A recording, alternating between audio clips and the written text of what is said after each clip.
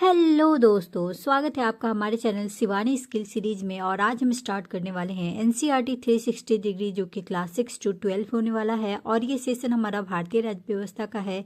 Already हमने class 6, 7, 8 complete कर लिया है और क्लास 9 का चैप्टर 1 हमने कंप्लीट किया है और चैप्टर 2 का पार्ट 1 हमने डाल दिया है और ये पार्ट 2 होने वाला है। चलिए तो स्टार्ट करते हैं बिना समय गंवाए। और हाँ दोस्तों, मेरी ये एफर्ट्स, मेरी ये वीडियोज़ अगर आप लोग को पसंद आती हो तो प्लीज़ एक लाइक, शेयर एंड सब्सक्राइब जरूर कर दीजिएगा। क्वेश्चन नंबर 23 है, प्रारूप कमेटी के प्रमुख डैश ने चर्चा के लिए एक प्रारूप संविधान बनाया। ए राजेंद्र प्रसाद, बी डॉक्टर अंबेडकर, सी Jawaharlal Nehru, D Vallabhbhai Patel. Answer हो जाएगा ऑप्शन बी यानी डॉक्टर अंबेडकर। एनसीईआरटी की लाइनें हैं, सिद्धांत तय किए गए और उन पर सबकी सहमति बनाई गई। फिर प्रारूप कमेटी के प्रमुख डॉक्टर भीमराव अंबेडकर ने चर्चा के लिए एक प्रारूप संविधान बनाया। संविधान के प्रारूप की प्रत्येक धारा पर कई दौर में चर्चा हुई। 2000 से ज्यादा संशोधन पर विचार हुआ। क्वेश्चन नंबर 24 है, डैश में अपनी पत्रिका यंग इंडिया के माध्यम से महात्मा गांधी ने उल्लेख किया था कि वे संविधान से क्या चाहते हैं। ए 1930, बी 1931, सी 1932, डी 1933। आंसर हो जाएगा ऑप्शन बी यानी 1931। एनसीईआरटी की लाइनें हैं, सपने और वायदे आप में से कुछ को भारतीय संविधान निर्माताओं की सूची में एक बड़ा नाम न होने पर हैरानी हुई होगी। यानी महात्मा गांधी का नाम, वे संविधान सभा के सदस्य नहीं थे, पर संविधान सभा के अनेक सदस्य उनके विचारों के अनुयायी थे। 1931 में अपनी पत्रिका यंग इंडिया में उन्होंने संविधान से अपनी अपेक्षा के बारे में लिखा था।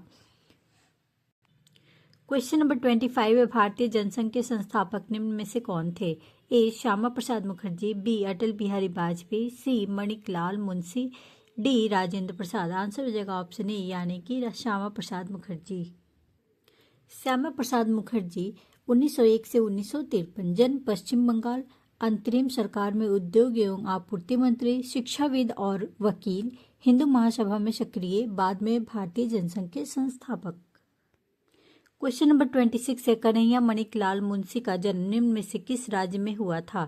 ए मध्य प्रदेश, बी राजस्थान, सी गुजरात, डी बिहार। आंसर हो जाएगा ऑप्शन सी यानी कि गुजरात।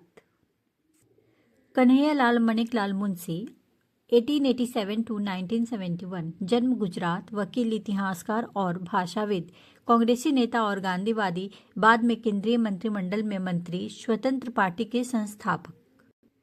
क्वेश्चन नंबर 27 है, निम्नलिखित में से कौन केंद्रीय मंत्री में रक्षा मंत्री के पद पर रहे थे।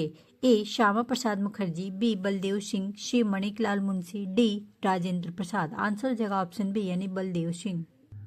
बलदेव सिंह 1901 से 1961, जन्म हरियाणा, सफल उद्यमी और पंजाब विधानसभा में पंथक अकाली पार्टी के नेता, संविधान सभा में कांग्रेस द्वारा मनोनीत, बाद में केंद्रीय मंत्रिमंडल में रक्षा मंत्री। क्वेश्चन नंबर 28 है, स्वतंत्र भारत की पहली सरकार में कानून मंत्री निम्न में से कौन थे। A Rajendra Prasad, B doctor Ambedkar, D C Pandit Nehru, D Vallabhbhai Patel. Answer हो जाएगा ऑप्शन बी यानी डॉक्टर अंबेडकर। एनसीईआरटी की लाइनें हैं, भीमराव रामजी अंबेडकर 1891 to 1956, जन्म मध्य प्रदेश, प्रारूप कमेटी के अध्यक्ष, सामाजिक क्रांतिकारी चिंतक, जातिगत बंटवारे और भेदभाव के खिलाफ अग्रणी आंदोलनकारी, बाद में स्वतंत्र भारत की पहली सरकार में कानून मंत्री, रिपब्लिकन पार्टी ऑफ इंडिया के संस्थापक। क्वेश्चन नंबर 29 है, रिपब्लिकन पार्टी ऑफ इंडिया के संस्थापक निम्न में से कौन हैं। ए राजेंद्र प्रसाद, बी डॉक्टर अंबेडकर, सी Pandit Nehru, D Vallabhbhai Patel. Answer हो जाएगा हमारा ऑप्शन बी यानी कि डॉक्टर अंबेडकर। सेम ही डिस्क्रिप्शन है, आगे बढ़ते हैं। क्वेश्चन नंबर 30 है, निम्न में से कौन भारत के प्रथम प्रधानमंत्री थे। A Rajendra Prasad, B doctor Ambedkar, C Pandit Jawaharlal Nehru, D Vallabhbhai Patel. Answer हो जाएगा ऑप्शन सी यानी पंडित जवाहरलाल नेहरू। जवाहरलाल नेहरू 1889 to 1964, जन्म उत्तर प्रदेश, अंतरिम सरकार के प्रधानमंत्री, वकील और कांग्रेस नेता, समाजवाद, लोकतंत्र और साम्राज्यवाद, विरोध के पक्षधर, भारत में भारत के प्रथम प्रधानमंत्री। क्वेश्चन नंबर 31 है सोमनाथ लहिड़ी का जन्म स्थान निम्न में से कहाँ है? ए मध्य प्रदेश, बी पश्चिम बंगाल, सी बिहार, डी उत्तर प्रदेश। आंसर हो जाएगा ऑप्शन बी पश्चिम बंगाल। एनसीईआरटी की लाइनें हैं सोमनाथ लहिड़ी 1901 टू 1984, जन्म पश्चिम बंगाल, लेखक और संपादक, भारतीय कम्युनिस्ट पार्टी के नेता, बाद में पश्चिम बंगाल विधानसभा में सदस्य। क्वेश्चन नंबर 32 है भारत देश कब आजाद हुआ था? ए 15 अगस्त 1945, बी 26 जनवरी 1950, सी 15 अगस्त 1947, डी 26 जनवरी 1947। आंसर हो जाएगा ऑप्शन सी यानी 15 अगस्त 1947। आखिर में आइए हम 15 अगस्त 1947 की मध्य रात्रि के समय संविधान सभा में दिए जवाहरलाल नेहरू के प्रसिद्ध भाषण को याद करें। क्वेश्चन नंबर 33 है निम्नलिखित में से किसे संविधान की आत्मा माना गया है? ए राज्य के नीति निर्देशक तत्व, बी राष्ट्रीय ध्वज, सी प्रस्तावना, डी मौलिक अधिकार। आंसर हो जाएगा ऑप्शन सी यानी कि प्रस्तावना। एनसीईआरटी की लाइनें हैं संविधान की शुरुआत एक प्रस्तावना के साथ करते हैं। आइए हम अपने संविधान की प्रस्तावना को बहुत सावधानी से पढ़ें और उसमें आए प्रत्येक महत्वपूर्ण शब्द के मतलब को समझें। संविधान में प्रस्तावना लोकतंत्र पर एक खूबसूरत कविता सी लगती है। इसमें वह दर्शन शामिल है जिस पर पूरे संविधान का निर्माण हुआ है। यह दर्शन सरकार के किसी भी कानून और फैसले के मूल्यांकन और परीक्षण का मानक तय करता है। इसके सहारे परखा जा सकता है कि कौन कानून कौन फैसला अच्छा या बुरा है। इसमें भारतीय संविधान की आत्मा बसती है। क्वेश्चन नंबर 34 है भारतीय संविधान की प्रस्तावना में कौन सा शब्द यह दर्शाता है कि भारत किसी भी बाहरी नियंत्रण से मुक्त है?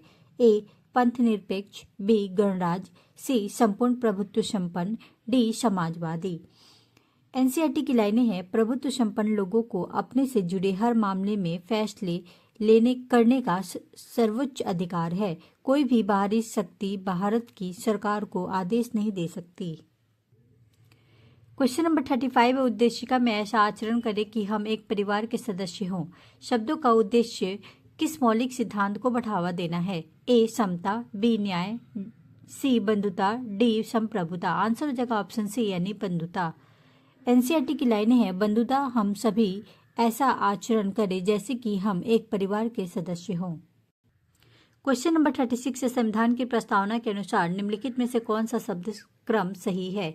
ए संप्रभु पंथ निरपेक्ष समाजवादी लोकतांत्रिक गणराज्य, बी संप्रभुत्व समाजवादी पंथ निरपेक्ष लोकतांत्रिक गणराज्य, सी पंथ निरपेक्ष लोकतांत्रिक पंथ निरपेक्ष समाजवादी संप्रभु, डी समाजवादी पंथ निरपेक्ष लोकतांत्रिक गणराज्य संप्रभु। आंसर हो जाएगा ऑप्शन बी यानी संप्रभुत्व समाजवादी पंथ निरपेक्ष लोकतांत्रिक गणराज्य।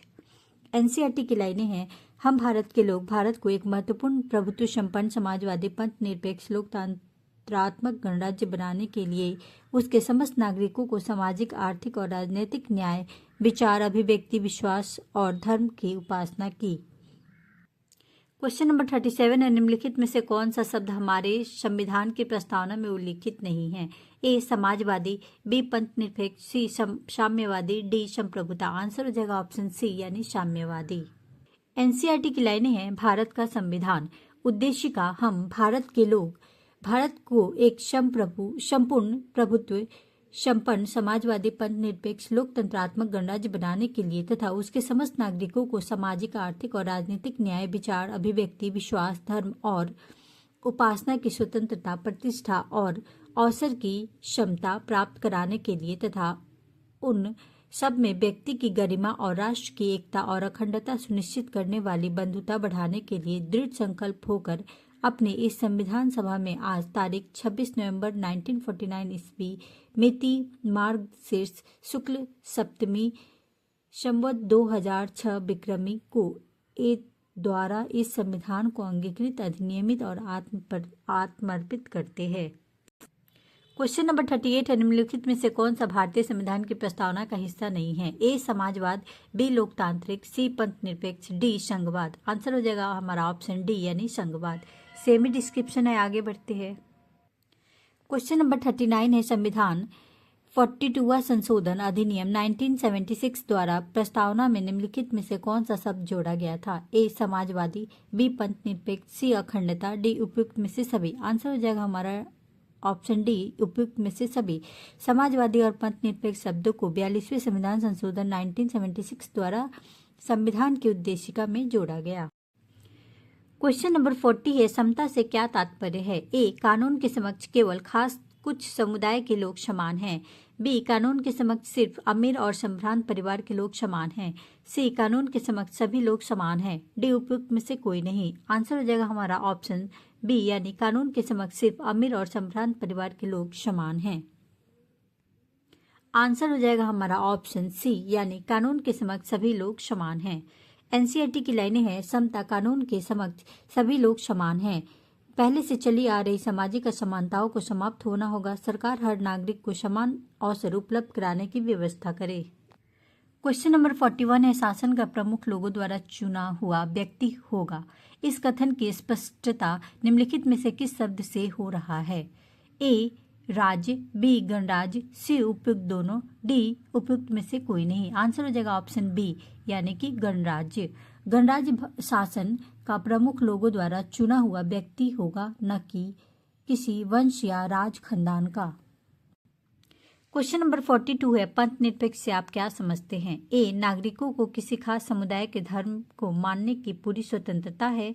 बी, नागरिकों को किसी उच्च समुदाय के धर्म को मानने की पूरी स्वतंत्रता है। सी, नागरिकों को किसी भी धर्म को मानने की पूरी स्वतंत्रता है। डी, उपयुक्त में से सभी। आंसर हो जाएगा हमारा ऑप्शन सी, यानी नागरिकों को किसी भी धर्म को मानने की पूरी स्वतंत्रता है। एनसीईआरटी की लाइनें हैं, पंथ निरपेक्ष नागरिकों को किसी भी धर्म का मानने की पूरी स्वतंत्रता है, लेकिन कोई धर्म आधिकारिक नहीं है। सरकार सभी धार्मिक मान्यताओं और आचरणों को समान सम्मान देती है।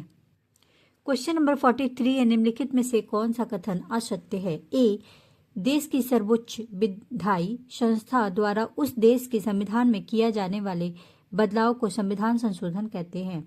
बी, किसी भी संविधान की तरह भारतीय संविधान भी वे नियम बताता है जिनके अनुसार शासकों का चुनाव किया जाएगा। सी, संविधान नागरिकों को कुछ स्पष्ट अधिकार देकर सरकार के लिए लक्ष्मण रेखा तय कर देता है कि सरकार इससे आगे नहीं बढ़ सकती है। डी, उपयुक्त में से कोई नहीं। आंसर हो जाएगा ऑप्शन डी, यानी उपयुक्त में से कोई नहीं। एनसीईआरटी की लाइनें हैं, भारतीय संविधान के निर्माताओं को लगा कि इसे लोगों की भावनाओं के अनुरूप चलना चाहिए और समाज में हो रहे बदलावों से दूर नहीं रहना चाहिए। उन्होंने इसे पवित्र, स्थायी और न बदले जा सकने वाले कानून के रूप में नहीं देखा था। इसीलिए उन्होंने बदलावों को समय समय पर शामिल करने का प्रावधान भी रखा। इन बदलावों को संविधान संशोधन कहते हैं। संविधान ने संस्थागत व्यवस्थाओं को बड़ी कानूनी भाषा में दर्ज किया है। अगर आप संविधान को पहली बार पढ़े तो इसे समझना मुश्किल लगेगा, फिर भी संस्थाओं के बुनियादी स्वरूप को समझना बहुत मुश्किल नहीं है। किसी भी संविधान की तरह भारतीय संविधान भी वे नियम बताता है जिनके अनुसार शासकों का चुनाव किया जाएगा। इसमें स्पष्ट लिखा है कि किसके पास कितनी शक्ति होगी और कौन किस बारे में फैसला लेगा। साथ ही संविधान नागरिकों को कुछ स्पष्ट अधिकार देकर सरकार के लिए लक्ष्मण रेखा तय कर देता है कि सरकार इससे आगे नहीं बढ़ सकती है। पुस्तक के शेष 3 अध्याय भारतीय संविधान के इन्हीं 3 पक्षों के बारे में है। प्रत्येक अध्याय में हम कुछ प्रमुख संवैधानिक प्रावधानों पर नजर डालेंगे और यह समझने की कोशिश करेंगे कि लोकतांत्रिक राजनीति में ये किस तरह काम करते हैं। तो दोस्तों, यहीं पे हम सेशन को एंड करते हैं, चूँकि इसके बाद हमारा चैप्टर 3 स्टार्ट होगा जो कि हम अगले सेशन में कवर करेंगे। चलिए तो मिलते हैं नेक्स्ट वीडियोज में, तब तक के लिए बाय बाय, टेक केयर। और दोस्तों, मैं भी एक स्टूडेंट ही हूँ। मेरा इंटेंशन इस वीडियो को बनाने का एक ही है कि आप लोग को भी, जिन भी मेरे दोस्तों के पास ये बुक अवेलेबल नहीं है, उन लोगों को इस बुक का लाभ मिल सके और आप अपनी तैयारी को अच्छी तरीके से पूरी कर सके। तो दोस्तों, प्लीज़ एक लाइक, शेयर एंड सब्सक्राइब जरूर कर दीजिएगा। Bye bye.